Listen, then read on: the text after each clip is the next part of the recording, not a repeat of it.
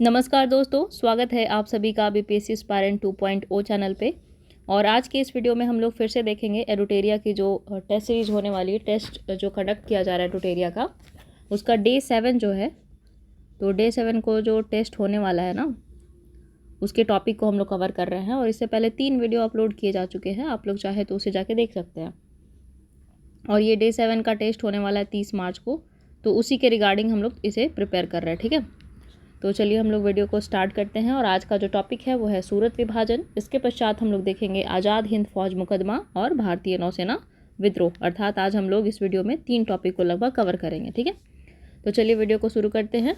देखते हैं सूरत विभाजन 1907, इसमें कांग्रेस विभाजन और स्वतंत्रता की लहर पर जो प्रभाव पड़ा था वो देखते हैं। तो मेनली सूरत विभाजन क्या था? कांग्रेस का विभाजन था।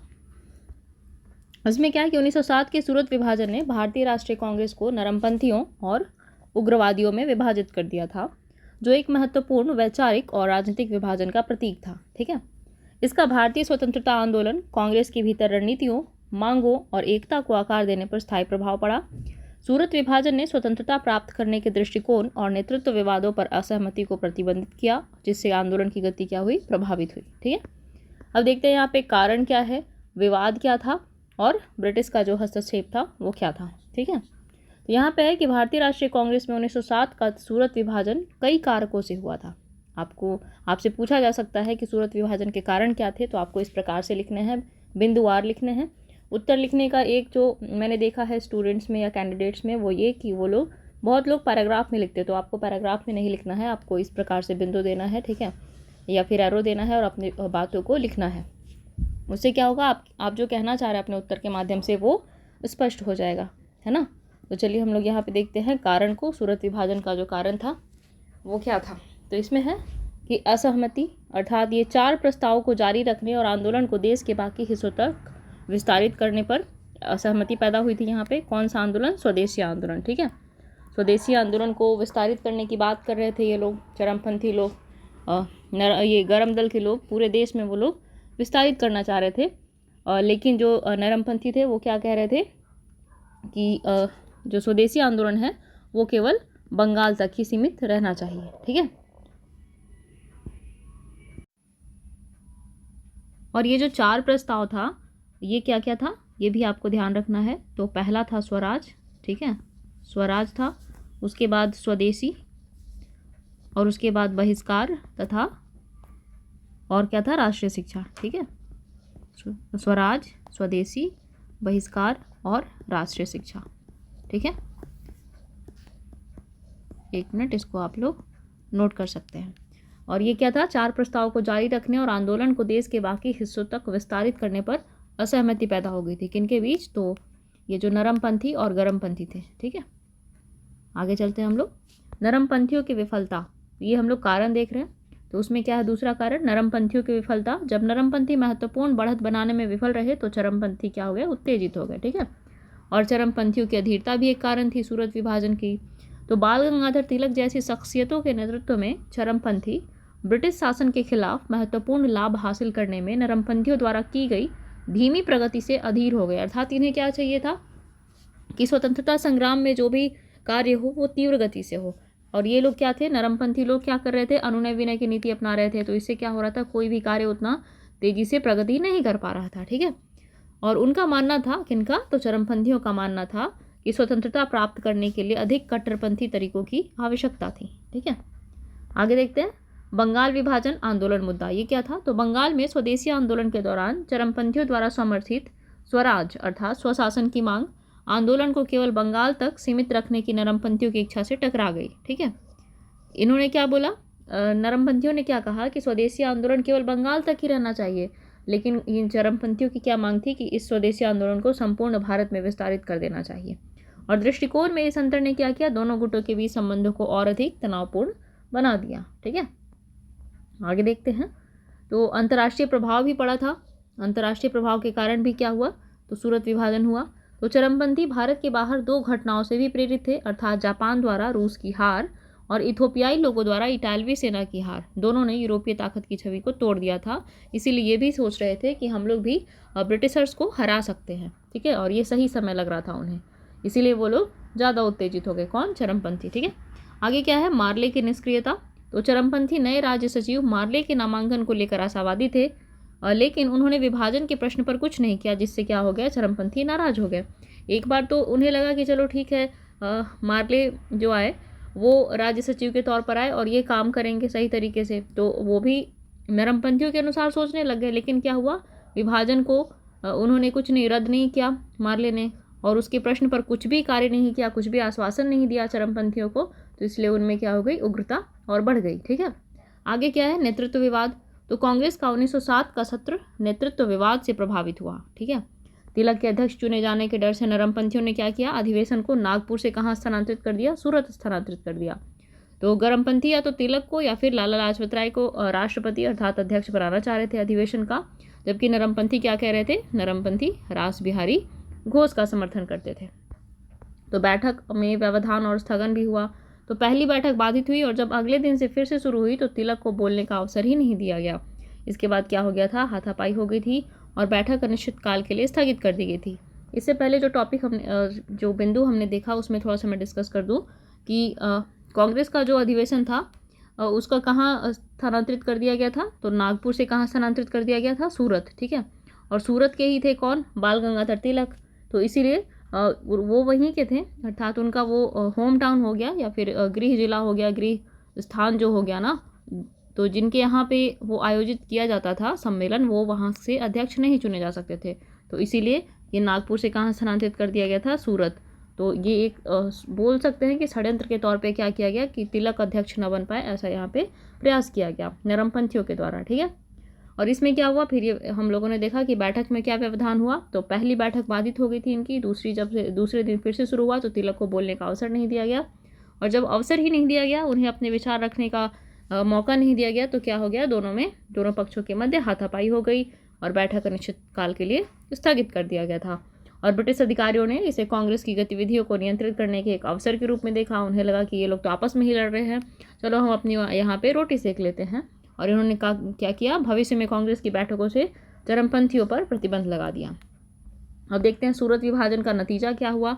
विभाजन, उग्रवाद और ब्रिटिश लाभ। तो 1907 के सूरत विभाजन के भारतीय राष्ट्रीय कांग्रेस और व्यापक भारतीय स्वतंत्रता आंदोलन पर कई परिणाम हुए। क्या क्या हुआ?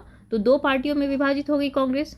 भारतीय राष्ट्रीय कांग्रेस सूरत विभाजन के परिणाम स्वरूप दो पार्टियों चरमपंथियों और नरमपंथियों में विभाजित हो गई। और जब ये विभाजित हो गई तो इनके बल अर्थात इनका जो विचारधारा थी, विचारधारा के आधार पर ये बढ़ गए और इनकी जो एकता थी वो समाप्त हो गई यहाँ पे। ठीक है, और ब्रिटिश की जो नीतियाँ थी वो अब ज़्यादा प्रभावी हो पाएंगी, दो गुट हो गए यहाँ पे। ठीक है, आगे क्या है? सुलह के विफल प्रयास। तो रविंद्रनाथ टैगोर ने सूरत विभाजन के बाद नरमपंथियों और उग्रवादियों के बीच सामंजस्य बिठाने के असफल प्रयास किए, जिससे कांग्रेस के भीतर विभाजन को सुधारने में कठिनाई पर प्रकाश डाला गया। और आगे है कि उग्रवादी वर्ग की अयोग्यता।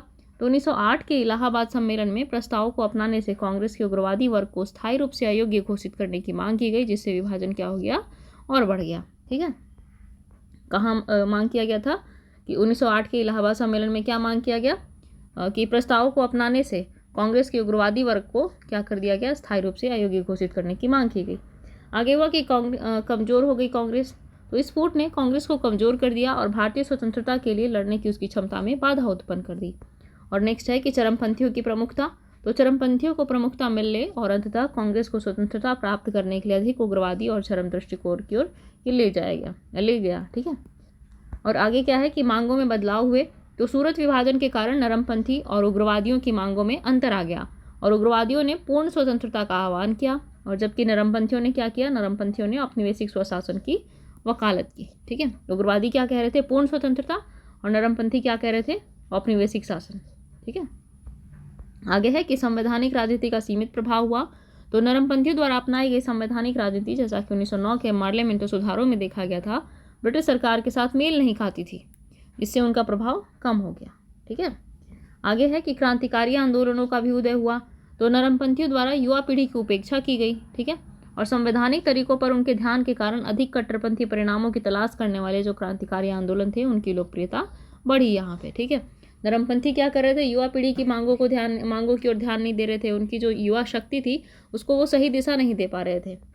तो इससे क्या हो गया कि क्रांतिकारी आंदोलनों के प्रति युवा पीढ़ी ज़्यादा आकर्षित हो गई।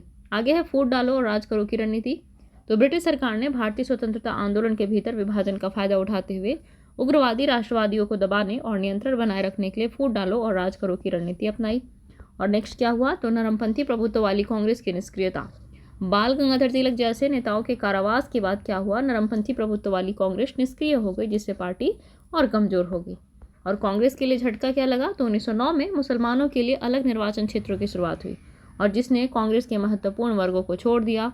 और कांग्रेस के लिए एक झटका था यह, और एकजुट राष्ट्रीय प्रतिनिधित्व के लक्ष्य में भी यह बाधा था। ठीक है, तो ये सारे हम लोग प्रभाव देख रहे, इतने सारे प्रभाव है आपके पास, आप लोग उदाहरण सहित इन सारे प्रभाव को लिख सकते हैं। ठीक है, आगे देखते हैं कि सुधारों के लिए प्रेरणा। तो सूरत विभाजन 1909 के पार्लियामेंट सुधार के लिए भी प्रेरणा थी। और सूरत विभाजन ने भारतीय स्वतंत्रता आंदोलन में जनता की भागीदारी को कैसे प्रभावित किया, तो ये देखते हैं हम लोग कि समर्थन का विभाजन हो गया, अर्थात संपूर्ण जनता दो भागों में बढ़ गई। सूरत विभाजन ने जनता के बीच विभाजन पैदा कर दिया क्योंकि वे नरमपंथियों या उग्रवादियों के साथ जुड़ गए। ठीक है, पहले जनता एक साथ थी, एक ही मात्र कांग्रेस थी, जब तक कांग्रेस में विभाजन नहीं हुआ था तब जनता की मात्र एक विचारधारा थी। लेकिन जैसे ही विभाजन हुआ कि कांग्रेस के साथ साथ जनता भी दो भागों में बढ़ गई। ठीक है, अब आगे है चरमपंथी दृष्टिकोण का प्रभाव भी हुआ था। तो यहाँ पे थोड़ा सा इंग्लिश वाला सेक्शन आ गया है। और आगे है क्रांतिकारी आंदोलनों का उदय। तो सूरत विभाजन ने क्रांतिकारी आंदोलनों के उदय में योगदान दिया, जिससे जनता को सशस्त्र प्रतिरोध में शामिल किया गया। ठीक है ना, आगे देखते हैं कि जन आंदोलनों के लिए प्रेरणा बना। तो सूरत विभाजन ने स्वदेशी और बहिष्कार आंदोलनों के साथ जन लामबंदी और सविनावज्ञा को भी प्रेरित किया था। और जन लामबंदी पर क्या प्रभाव हुआ, तो सूरत विभाजन ने शुरू में एकीकृत जन लामबंदी में बाधा डाली, लेकिन स्थानीय नेताओं और जमीनी स्तर के संगठनों को उभरने की भी अनुमति दी, जिससे क्या हुआ, व्यापक भागीदारी बढ़ी। और इसमें क्या होता है आगे, आप निष्कर्ष के तौर पर भी इस लाइन का प्रयोग कर सकते हैं। इस पंक्ति को उत्तर के निष्कर्ष के रूप में भी लिख सकते हैं कि नरमपंथी और उग्रवादी देश के मस्तिष्क और हृदय थे। सूरत विभाजन को राष्ट्रीय आपदा भी कहा जाता है। और कांग्रेस से उग्रवादियों के जाने से नरमपंथियों पर क्या पड़ा, महत्वपूर्ण प्रभाव पड़ा और राष्ट्रीय आंदोलन कुछ समय के लिए रुक सा गया, स्थगित हो गया। उग्रवादियों के विचारधारा और क्रांतिकारी प्रयासों ने लोगों को अंग्रेजों का मुकाबला करने के लिए नई आशा और शक्ति प्रदान की। 8 साल के अलगाव के बाद नरम दल और गरम दल 1916 में लखनऊ में फिर से एकजुट हो गए। तो इसे आप निष्कर्ष के तौर पर भी लिख सकते हैं। ठीक है, तो ये था हमारा सूरत विभाजन, कांग्रेस का जो सूरत विभाजन था 1907 में वो था। आगे हम लोग देखते हैं आज़ाद हिंद फौज पर जो मुकदमा हुआ था उसको हम लोग देखते हैं आगे। अब हम लोग देखते हैं आज़ाद हिंद फौज मुकदमा। तो यहाँ देखते हैं विश्व युद्ध की समाप्ति और आईएनए सैनिकों का परीक्षण। तो 1945 में धुरी राष्ट्रों की हार के साथ द्वितीय विश्व युद्ध समाप्त होने के बाद नवंबर 1945 और मई 1946 के बीच अंग्रेजों ने कोर्ट मार्शल कार्रवाई की एक श्रृंखला आयोजित की, जिसे क्या कहा जाता है, आईएनए परीक्षण या फिर लाल किला परीक्षण के रूप में जाना जाता है। ठीक है, आपको ये बताना है कि धुरी राष्ट्र कौन कौन से थे। कमेंट सेक्शन में जरा कमेंट कीजिए कि धुरी राष्ट्र कौन कौन से थे। ठीक है, अब देखते हैं ये लाल किला परीक्षण क्या था या फिर आईएनए परीक्षण क्या था, है ना। इन मुकदमों में भारतीय राष्ट्रीय सेना आईएनए के कई अधिकारी शामिल थे, जिन पर द्वितीय विश्व युद्ध के दौरान आईएनए के साथ जुड़ाव के दौरान राजद्रोह, यातना, हत्या और हत्या के लिए उकसाने सहित विभिन्न अपराधों का आरोप लगाया गया था। ठीक है, इसमें आगे है कि आईएनए कार्मिक के प्रारंभिक परीक्षण क्या थे। तो 1943 और 44 में ब्रिटिश भारतीय सेना के पूर्व सदस्यों के लिए भारत में कोर्ट मार्शल आयोजित किया गया था, जो आईएनए में शामिल हुए थे या इसकी गतिविधियों का समर्थन करते थे। और इससे पहले यहाँ पे कुछ चीज़ें भी थी, हाँ सही चल रहा है। इसमें देखते हैं प्रारंभ में इन परीक्षणों को जनता से अधिक ध्यान या सहानुभूति नहीं मिली और ये भारतीय सेना अधिनियम और बर्मा सेना अधिनियम के अनुसार नागरिक अपराध करने के आरोपों पर आधारित थे। ठीक है, ये क्या हुआ कि कोर्ट मार्शल किन पर आयोजित किया गया, जो भी आईएनए में शामिल हुए थे, ठीक है, या फिर उसकी गतिविधियों में का समर्थन करते थे। आईएनए क्या था, सुभाष चंद्र बोस द्वारा जो गठित आर्मी थी उसको आईएनए कहते हैं ना। तो जो लोग इसका आईएनए में शामिल हुए थे या फिर आईएनए की गतिविधियों को समर्थन करते थे तो उन पर कोर्ट मार्शल का आयोजन किया जाता था। ठीक है, आगे देखते हैं प्रारंभ में इन परीक्षणों को जनता से अधिक ध्यान या सहानुभूति नहीं मिली थी और ये भारतीय सेना अधिनियम और बर्मा सेना अधिनियम के अनुसार नागरिक अपराध करने के आरोपों पर आधारित थे। और भारतीय दंड संहिता के अनुसार इन पहले परीक्षणों में प्राथमिक आरोप राजा के खिलाफ युद्ध छेड़ना था, यानी कि जो भी सैनिक पर कोर्ट मार्शल लगाया जाता था उन पर यह आरोप लगता था कि आपने राजा के खिलाफ युद्ध किया है। अब देखते हैं सार्वजनिक आईएनए परीक्षण और लाल किला। तो बर्मा अभियान के अंत में राष्ट्रमंडल बलों द्वारा पकड़े गए आईएनए सैनिकों की बढ़ती संख्या के कारण गंभीर आरोपों के आरोपियों पर मुकदमा चलाने के लिए एक चयनात्मक दृष्टिकोण अपनाया गया था। और पहले उल्लेखनीय सार्वजनिक परीक्षण में आईएनए अधिकारी कौन कौन से थे? शाहनवाज खान, प्रेम सहगल और गुरबख्श सिंह ढिल्लों शामिल थे। तो प्रथम जो सार्वजनिक परीक्षण हुआ उसमें शामिल थे कौन कौन? शाहनवाज खान, प्रेम सहगल, 3 लोगों के नाम आते हैं। आपको ये नाम याद होने चाहिए प्रीलिम्स के लिए भी और मेंस के लिए भी, और देशभक्ति के तौर पर भी, है ना। सिर्फ एग्जाम के लिए हमें हर चीज़ नहीं याद होनी चाहिए। तो कौन कौन? शाहनवाज खान, प्रेम सहगल और गुरबख्श सिंह ढिल्लों शामिल थे प्रथम सार्वजनिक परीक्षण में। ठीक है। इन परीक्षणों के राजनीतिक महत्व को पहचानते हुए इन्हें दिल्ली के प्रतिष्ठित लाल किले में आयोजित किया गया, जिससे व्यापक ध्यान आकर्षित किया। अब देखते हैं आईएनए रक्षा समिति। ठीक है, क्या थी आईएनए रक्षा समिति? तो भारतीय राष्ट्रीय कांग्रेस ने 1945 से 46 के स्वतंत्रता आंदोलन के दौरान इन 3 प्रतिवादियों की रिहाई को एक महत्वपूर्ण राजनीतिक मुद्दा बनाने में महत्वपूर्ण भूमिका निभाई। ठीक है, किसने? भारतीय राष्ट्रीय कांग्रेस ने। और आरोपी आईएनए अधिकारियों को कानूनी सुरक्षा प्रदान करने के लिए 1945 में कांग्रेस द्वारा आईएनए रक्षा समिति की स्थापना की गई। ठीक है, आईएनए रक्षा समिति की स्थापना कब की गई कांग्रेस द्वारा? 1945 में। आपको ये सारे फैक्ट याद हो जाने चाहिए, आपके आंसर राइटिंग में भी ये सारे फैक्ट मतलब आपको उल्लेख करना चाहिए इन चीज़ों का। और आगे देखते हैं, कानूनी बचाव के अलावा समिति ने बंदी बनाए गए आईएनए सैनिकों के बारे में जानकारी का समन्वय किया और उनके लिए राहत प्रयासों की भी व्यवस्था की। और भूला भाई देसाई, आसफ अली, शरद चंद्र बोस, तेज बहादुर सप्रू और कैलाश नाथ काटजू सहित उस समय के प्रतिष्ठित वकील इस समिति के हिस्सा थे। तो ये मोस्ट इंपॉर्टेंट बिंदु मिल गया आपको। कौन कौन से थे आईएनए रक्षा समिति के सदस्य? तो इसमें देखते हैं कौन? एक भूला भाई देसाई, फिर सेकंड आसफ अली, तीसरे कौन? शरद चंद्र बोस, तेज बहादुर सप्रू, चौथे और पांचवें कौन? कैलाश नाथ काटजू। ठीक है। अब देखते हैं राष्ट्रवादी भावनाओं पर आईएनए परीक्षणों का प्रभाव। तो आईएनए ने भारत में ब्रिटिश साम्राज्य की नींव हिला दी। इसने स्वतंत्रता के लिए धार्मिक और जातीय विभाजन से परे एक संयुक्त सशस्त्र प्रतिरोध आंदोलन की संभावना का प्रदर्शन किया। लाल किले के परीक्षणों ने कई भारतीयों को स्वतंत्रता की लड़ाई में आईएनए की भूमिका से परिचित कराया, जिससे देश भर में आईएनए के प्रति सहानुभूति पैदा हुई। ठीक है, और लोग क्या हो गए? भावनात्मक रूप से आईएनए से जुड़ गए। भारत के विभिन्न हिस्सों में पकड़े गए सैनिकों के प्रति एकजुटता प्रदर्शित करने वाले प्रदर्शन भी शुरू हो गए, और कांग्रेस ने आईएनए सैनिकों के लिए व्यापक समर्थन को स्वतंत्रता के लिए उत्साह फिर से जगाने के अवसर के रूप में पहचाना। ठीक है, कांग्रेस क्या समझी इस अवसर को, किस तरह से देखी? तो स्वतंत्रता के लिए जनता के मन में फिर से उत्साह जगा सकती है, फिर से वही जुनून भर सकती है, ऐसे एक अवसर के रूप में देखा कांग्रेस ने। ठीक है, आगे है कि आईएनए रक्षा समिति ने एक मजबूत बचाव प्रस्तुत किया, यह तर्क देते हुए कि आईएनए सैनिकों की कार्रवाई भारतीय राष्ट्रीय सेना अधिनियम के कानूनी ढांचे के भीतर थी, उन्हें भारतीय दंड संहिता और भारतीय सेना अधिनियम से छूट दी गई थी। ठीक है, 1946 में जनता के दबाव के कारण सैनिकों की रिहाई हुई, जिससे राष्ट्रवादी भावनाएं भड़क उठी। और क्या हुआ? अनुभव और बलिदान की कहानियों ने 1946 में रॉयल इंडियन नेवी विद्रोह को भी प्रभावित किया, जिसने ब्रिटिश नियंत्रण को और कमजोर कर दिया। तो ये प्रमुख विद्रोह थे जो कि स्वतंत्रता से पूर्व हुए थे, जिसने कि ब्रिटिश सेना की या फिर ब्रिटिश शासन की जड़ों को भी हिला दिया था। तो ये कुछ महत्वपूर्ण विद्रोह में से एक था। कौन सा? महत्वपूर्ण घटनाओं में से कौन सा ये था? आज़ाद हिंद फौज मुकदमा, ये महत्वपूर्ण था। उसके बाद कौन सा आता है? तो रॉयल इंडियन नेवी जो विद्रोह था वो आता है एक महत्वपूर्ण घटना के रूप में। आगे देखते हैं, बचाव पक्ष की जबरदस्त दलीलों के बावजूद आईएनए के 3 सदस्यों को युद्ध छेड़ने का दोषी पाया गया, लेकिन उन्हें मौत की सज़ा नहीं दी गई। इसके बजाय उन्हें सेवा से बर्खास्त कर दिया गया और आजीवन कारावास की सज़ा दी गई, जिसे बाद में माफ़ कर दिया गया। उनकी रिहाई पर तीनों अधिकारियों को नायकों के रूप में सम्मानित किया गया और कांग्रेस ने भी पूरे दिल से उनके जश्न का समर्थन किया। आईएनए मुकदमे से उत्पन्न विस्फोटक स्थिति और बढ़ती राष्ट्रवादी भावनाओं के जवाब में ब्रिटिश सरकार ने भारत को सत्ता हस्तांतरित करने के विचार को तेज कर दिया। ठीक है, और ये जैसे जैसे ये घटनाएं होती जा रही थी, वैसे वैसे भारत की जो स्वतंत्रता प्राप्त करने की घड़ी थी वो और नज़दीक आती जा रही थी, क्योंकि ब्रिटिश शासन को यह एहसास हो गया था कि अब वो और यहाँ ज़्यादा दिन तक नहीं रुक सकती है, क्योंकि कहीं एक जगह वो दमन कर रही थी किसी घटना का, किसी विद्रोह का अगर दमन कर रही थी ब्रिटिश सरकार, तो कहीं दूसरे देश के दूसरे हिस्से में विद्रोह पनप उठ रहा था, है ना। तो इसीलिए उन्हें यह एहसास हो गया कि अब यहाँ पे शासन करना और संभव नहीं है, और वो सत्ता हस्तांतरित करने पर विचार करने लग गया।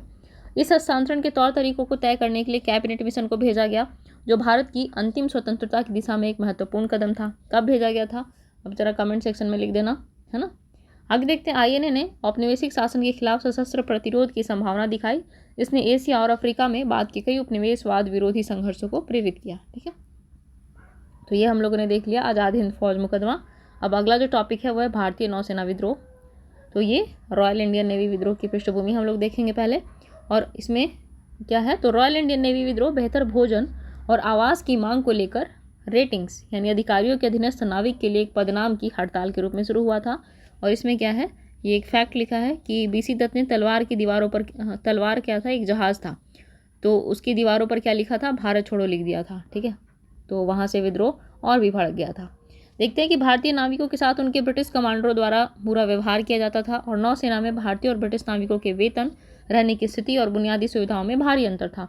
अर्थात कहने का ये तात्पर्य है कि वहाँ नस्ल भेद होता था। ठीक है, भारतीय सैनिकों के साथ बुरा व्यवहार होता था और जो यूरोपीय सैनिक थे उन्हें अन्य महत्वपूर्ण सुविधाएं दी जाती थी। ठीक है, आगे चलते हैं। हड़ताल बम्बई बंदरगाह पर शुरू हुई। कहाँ शुरू हुई हड़ताल, तो ये बम्बई बंदरगाह पर शुरू हुई, जहाँ रेटिंग्स की एक टुकड़ी पहुंची थी।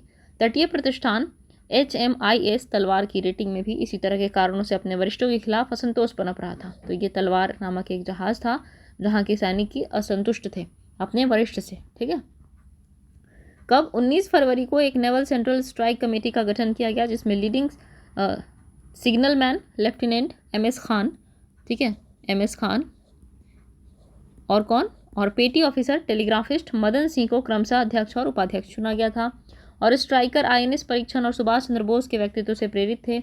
जल्द ही हड़ताल खुले विद्रोह में बदल गई और कई शहर बम्बई नाविकों में शामिल हो गए। ठीक है, कौन कौन से, तो कराची, कलकत्ता, पूना, विजाग, कोचीन, मद्रास, मंडपम और अंडमान द्वीप समूह के नाविक 66 जहाज़ों और तटीय प्रतिष्ठानों में शामिल हुए थे। ठीक है, और रेटिंग्स अपने अधिकारियों की बात नहीं मान रहे थे और उन्होंने अपने पद छोड़कर कहाँ किया, प्रदर्शन, बम्बई शहर में ये लोग प्रदर्शन करने लग गए। ठीक है, और आगे है कि बम्बई शहर विशेष रूप से तनावपूर्ण था। सैकड़ों प्रदर्शनकारियों ने शहर के ब्रिटिश निवासियों और अधिकारियों को निशाना बनाया था।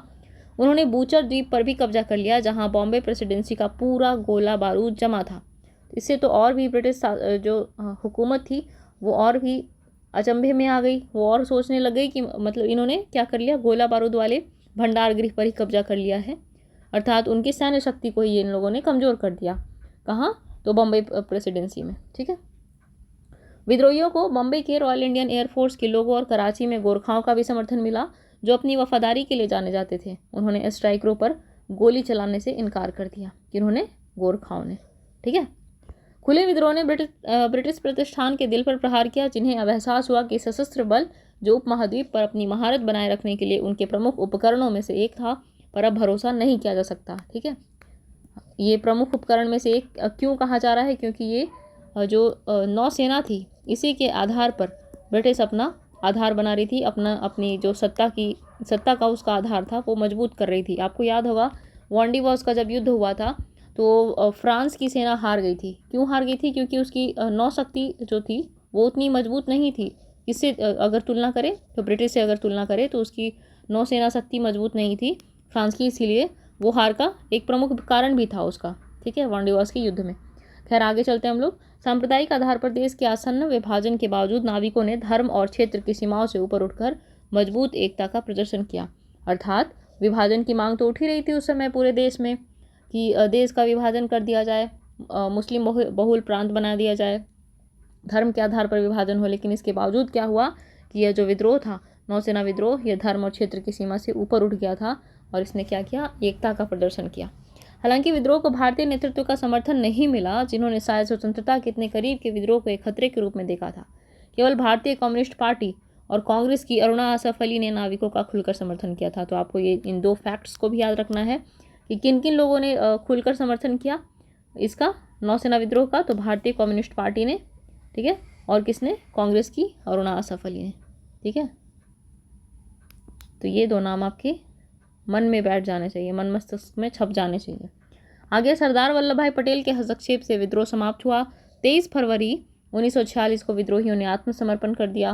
कुल 7 नाविक और 1 अधिकारी मारे गए। विद्रोह के परिणाम स्वरूप 476 नाविकों को छुट्टी दे दी गई और आज़ादी के बाद उन्हें भारतीय या पाकिस्तानी नौसेना में नहीं लिया गया। यह बताना उल्लेखनीय है कि विद्रोहियों को व्यापक जन समर्थन प्राप्त था और हड़ताल के कारण बम्बई में हुई हिंसा के दौरान 200 से अधिक नागरिकों की मौत भी हो गई थी। अब यहाँ पे इनकी मांगों को देख लेते थोड़ा सा। तो तत्काल ट्रिगर क्या था, तो बेहतर भोजन और कामकाजी परिस्थितियों की मांग थी इनकी, और ब्रिटिश अधिकारियों द्वारा नस्लीय भेदभाव को समाप्त करने की भी इनकी मांग थी। बाद में क्या हुआ, तो आंदोलन जल्द ही राष्ट्रवाद और ब्रिटिश शासन से आज़ादी की मांग के रूप में बदल गया और प्रदर्शनकारी नाविकों ने मांग की, ठीक है, यहाँ पे किन्होंने मांग की, तो प्रदर्शनकारी नाविकों ने, और भारतीय राष्ट्रीय सेना आईएनए के कर्मियों और अन्य राजनीतिक कैदियों की रिहाई की मांग की थी इन्होंने, ये सारे। और इंडोनेशिया से भारतीय सैनिकों की वापसी की, ये जो प्रदर्शनकारी नाविकों की मांगे थी, यहाँ पे थोड़ा सा बिंदु गलत हो गया है, ठीक है। इनकी क्या मांगे थी, इनकी मांगे थी पहला कि भारतीय राष्ट्रीय सेना के कर्मियों और अन्य राजनीतिक कैदियों की रिहाई की जाए, दूसरा क्या, तो इंडोनेशिया से भारतीय सैनिकों की वापसी की जाए, और तीसरा तो आईएनए कर्मचारियों के लिए उनके ब्रिटिश समकक्षों के समान वेतन और भत्तों का संशोधन या मूल्यांकन किया जाए। अब देखते हैं इस विद्रोह का महत्व क्या था। तो इस घटना ने ब्रिटिश शासन के अंत को देखने के लिए सभी भारतीय लोगों के दृढ़ संकल्प को और भी मजबूत किया, और इस विद्रोह की एक और उल्लेखनीय विशेषता विद्रोहियों के लिए जनता के समर्थन की भारी भीड़ थी, और विद्रोह के बाद अंग्रेजों को यह एहसास हुआ कि वे अब भारत को अपने अधीन नहीं रख सकते हैं, ठीक है। तो ये हम लोगों ने देख लिया कि विद्रोह का क्या महत्व था, क्या मांगे थी, ये भी देख लिया हम लोगों ने, और क्या क्या घटनाक्रम हुए, ये सारी चीज़ें हम लोगों ने देख ली। तो इस वीडियो में 3 टॉपिक को हमने कवर किया। पहला कौन सा, तो कांग्रेस का विभाजन, ठीक है, कांग्रेस का विभाजन हमने देखा, फिर उसके बाद देखा आज़ाद हिंद फौज मुकदमा, ठीक है, और फिर कौन सा और देखा हमने, भारतीय नौसेना विद्रोह। 1, 2 और 3 टॉपिक हमने इस वीडियो में कवर किया। अगले टॉपिक में हम लोग देखेंगे सामाजिक धार्मिक नीति एवं सुधार आंदोलन, ठीक है, और उसके बाद भी और भी टॉपिक हैं, जैसे कौटिल्य का अर्थशास्त्र एवं मेगास्थनीज के इंडिका के बारे में थोड़ा सा कुछ क्वेश्चन होगा। और ये हम लोग क्या डिस्कस कर रहे हैं, तो डे 7 जो है एरुटेरिया का टेस्ट सीरीज का, उसके जो टॉपिक हैं उसको हम लोग डिस्कस कर रहे हैं। ये पूरी सीरीज चल रही है, 3 वीडियो अपलोड हो चुके हैं, ये शायद 4th वीडियो है, हाँ 4th वीडियो ही है ये। और नेक्स्ट जो इसमें टॉपिक बच गए हैं उसमें है राम मनोहर लोहिया का चिंतन, और फिर उसके बाद है कर्पूरी ठाकुर, उनकी जो विचारधारा है उसके बारे में भी इसमें क्वेश्चन आएगा। तो इस वीडियो में फ़िलहाल के लिए इतना ही, 3 टॉपिक को हमने कवर किया है। उम्मीद है ये वीडियो आपको पसंद आया होगा। इस वीडियो के बारे में आपकी राय क्या है कमेंट सेक्शन में ज़रूर बताएं। मिलती हूँ आप सभी से अगले वीडियो में, तब तक के लिए पढ़ते रहें, धन्यवाद।